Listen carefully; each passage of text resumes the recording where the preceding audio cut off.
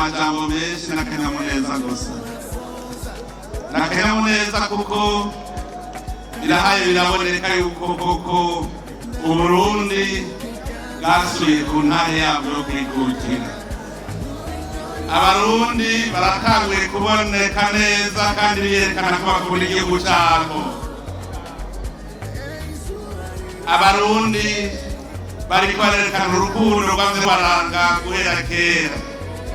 Ibi abanyempano b'imico n'akaranga bariko baratugirira niwo muco wa kera, aho abarundi bakorera hamwe bagashira hamwe bakagira ikibiri. Abarundi ba kera barakunda igihugu cyabo gushika naho mbere n'abakoroni kugira ngo bashobore kuducura ubufundi na buhoro.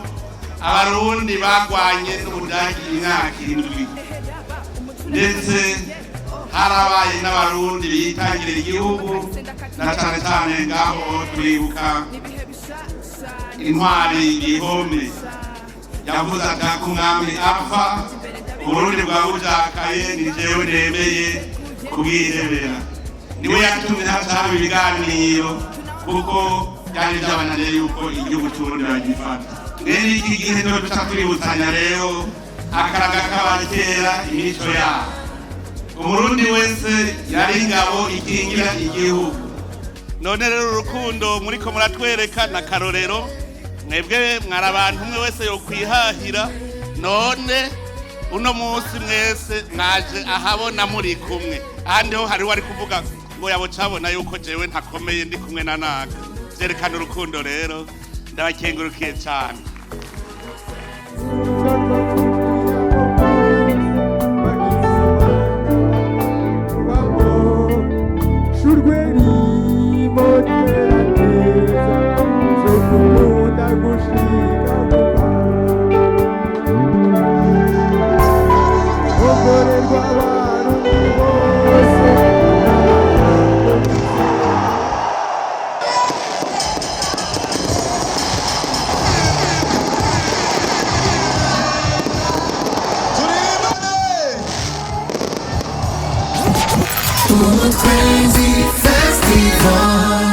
Umutwenzi Festival tunaondoka sasa.